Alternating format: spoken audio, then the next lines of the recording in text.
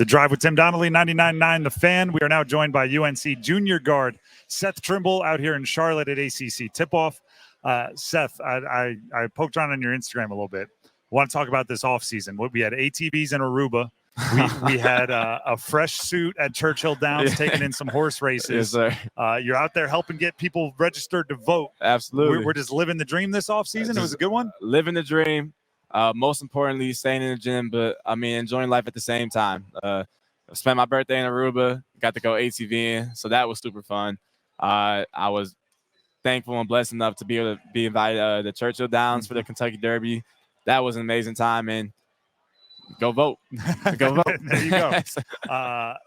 The offseason obviously was an eventful one for you for all the reasons we just mentioned, right. Living the dream. You also dabbled in the transfer portal a little bit there. What led to the decision to put your name in the portal?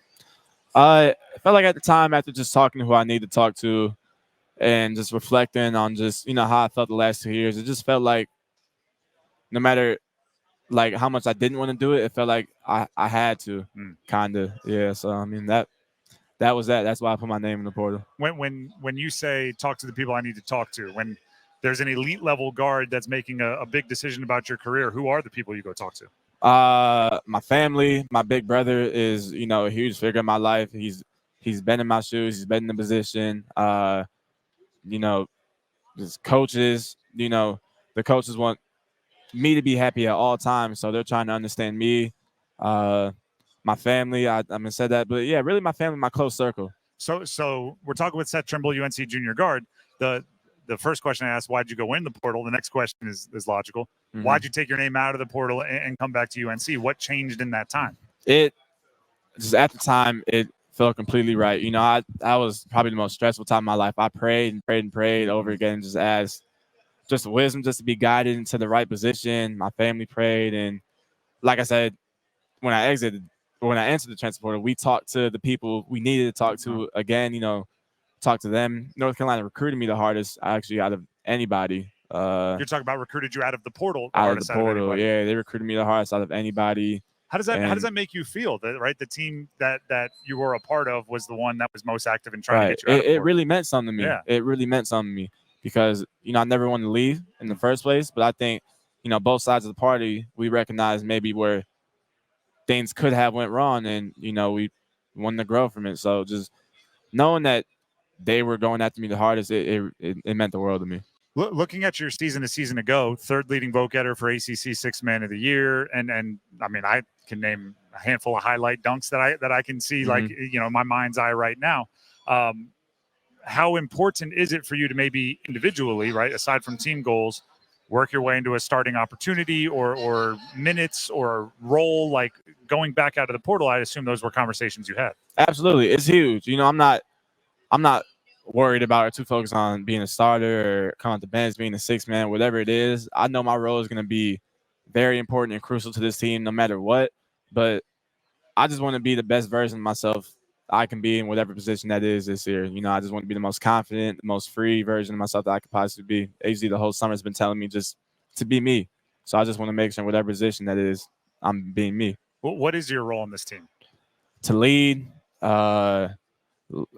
on the defensive end especially, but lead the guys on the offensive end as well, make the right plays, and just to be vocal. I think I'm one of the more vocal guys this year. It's RJ and I, and Elliott's done a great job. Jalen Washington's done a great job.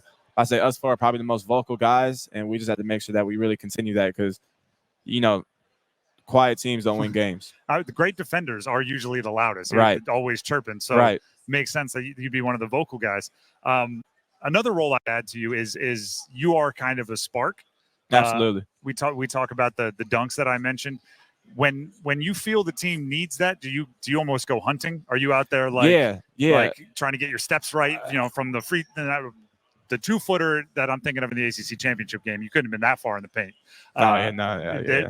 Do you go hunting for those when you feel like it's necessary? Definitely, and not just talking about dunks particularly, but I'll go hunting for just that spark moment. There were a lot of times last year where, the stars just kind of came out flat, and I knew it was my job, whether it was to jump in the passing lanes, to go get an aggressive rebound, whatever it was, just to get a defensive stop. I just had to make sure I did it because I mean, they come out slow. So, yeah, being a spark is definitely part of that role. This is going to be the most like basic, generic fan question I ask, but is there a better feeling than dunking it on someone's head in a game, in a big game, the way we've seen you do a few times? Yeah, no, there's not. That UC Riverside game was I can't even tell you how I felt. I blacked out. It was like it was the craziest thing ever. I really just blacked out, and then all of a sudden I see all these fans, my teammates on their feet.